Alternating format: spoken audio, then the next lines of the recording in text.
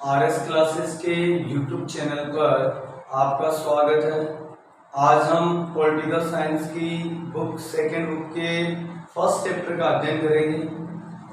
भारत की राष्ट्र निर्माण की जो चुनौतियां थी उनका हम अध्ययन करेंगे। राष्ट्र निर्माण की चुनौतियां। भारत 14 और 15 अगस्त 1947 की मध्य रात्रि को आजाद हुआ, यानी 14 और 15 अगस्त 1947 की मध्य रात्रि को हिंदुस्तान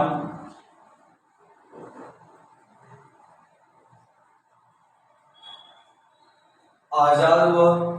14 और 15 अगस्त की मध्य रात्रि को ब्रिटिश इंडिया का विभाजन दो भागों में कर दिया गया, भारत और पाकिस्तान।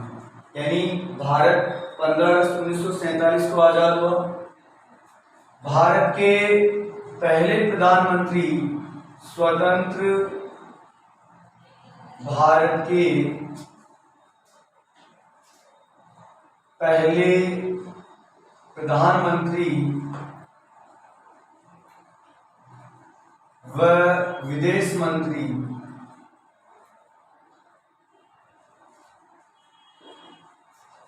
कौन थे? जवाहरलाल नेहरू थे। पंडित जवाहरलाल नेहरू भारत के पहले प्रधानमंत्री थे। इन्होंने 14 और 15 अगस्त की मध्य रात्रि को संविधान सभा के एक विशेष सत्र को संबोधित किया।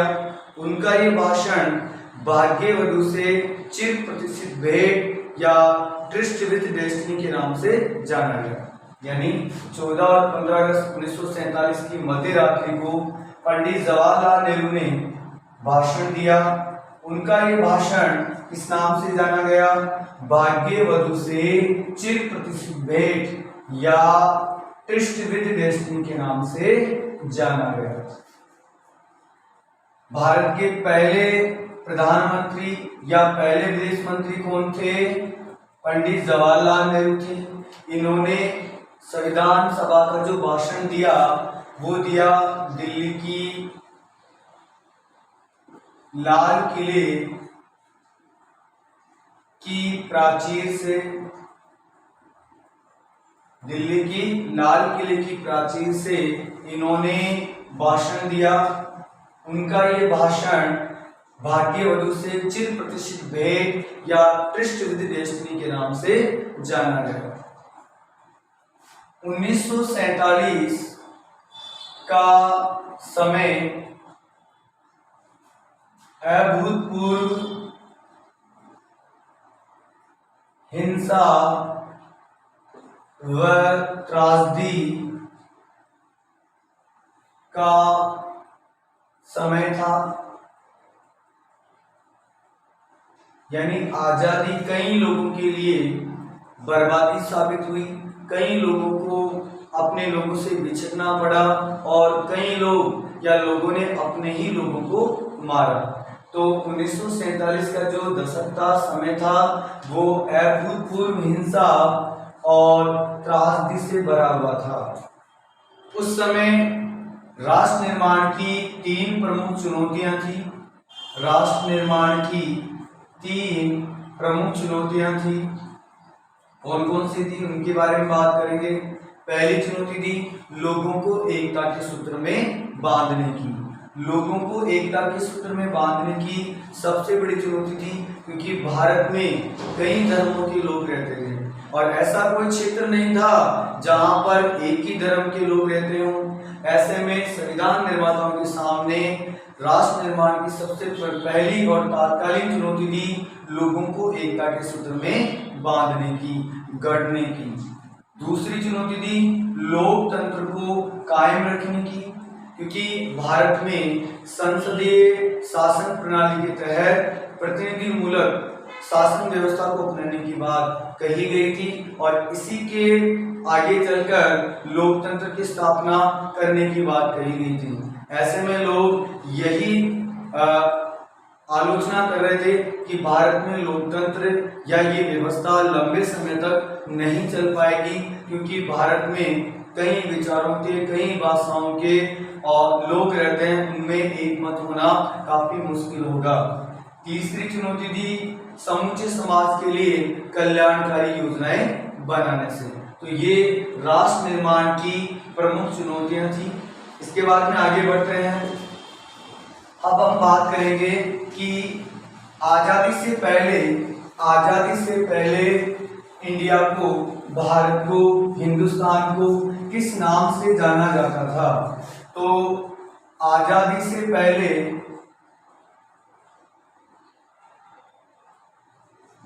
भारत को ब्रिटिश इंडिया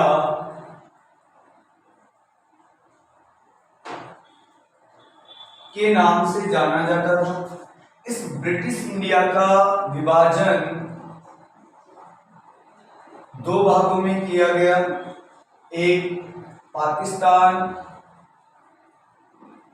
और दूसरा भारत या इंडिया के रूप में। ब्रिटिश इंडिया का विभाजन कब हुआ? 1947 में हुआ। 14 और 15 अगस्त की मध्य रात्रि को ब्रिटिश इंडिया को कितने भागों में बांट दिया गया, कितने हिस्सों में विभाजित कर दिया गया? दो भागों में, एक पाकिस्तान और दूसरा भारत। विभाजन का जो आधार लिया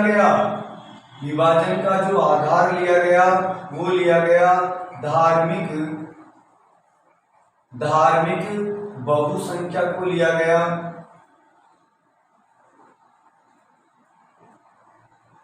धार्मिक बहुसंख्या को विभाजन का आधार लिया गया और इस धार्मिक बहुसंख्या के आधार पर मुस्लिम लीग ने मुसलमानों के लिए एक पृथक राष्ट्र की मांग की। किसकी? पाकिस्तान की। और मुस्लिम लीग ने ये जो मांग की, ये की द्विराष्ट्र सिद्धांत के आधार पर। द्विराष्ट्र सिद्धांत के आधार पर मुस्लिम लीग ने अपने लिए पाकिस्तान की मांग की। द्विराष्ट्र सिद्धांत क्या है? द्विराष्ट्र सिद्धांत से तात्पर्य है कि हिंदुस्तान या भारत एक कौम का नहीं, बल्कि हिंदू और मुस्लिम दो कौमों का देश है। इसीलिए मुस्लिम लीग ने मुसलमानों के लिए एक पृथक राष्ट्र की मांग की और इसी तरह से पाकिस्तान का विकास हुआ, जन्म हुआ। और पाकिस्तान के जो जनक थे वो थे मोहम्मद अली जिन्ना। इन्होंने ही और इनकी अड़िंग विचारधारा के कारण ही पाकिस्तान का जन्म हुआ। इसके बाद में हम बात करेंगे सीमांत गांधी की।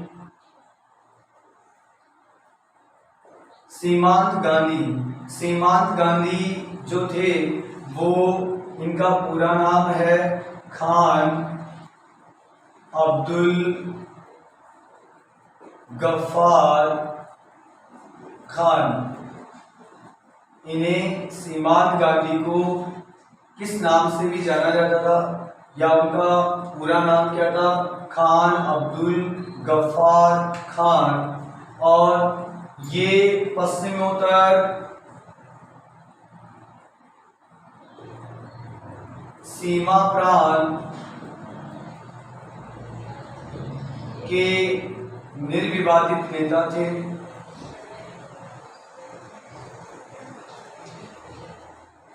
कहाँ के थे? पश्चिमोत्तर सीमा प्रांत के निर्विवादित नेता थे। इन्होंने द्विराष्ट्र सिद्धांत का विरोध किया, लेकिन इनकी बात को दरकिनार कर दिया गया और इसी तरह से ब्रिटिश इंडिया का विभाजन धार्मिक बहुसंख्या के आधार पर कर दिया गया। पर यह समस्या एक विकट और विकराल समस्या थी, क्योंकि भारत में कोई भी क्षेत्र ऐसा नहीं था जहां हिंदू या मुसलमान अलग अलग रहते हों। तो ये बड़ी समस्या थी। आज हम इतना ही करेंगे। धन्यवाद।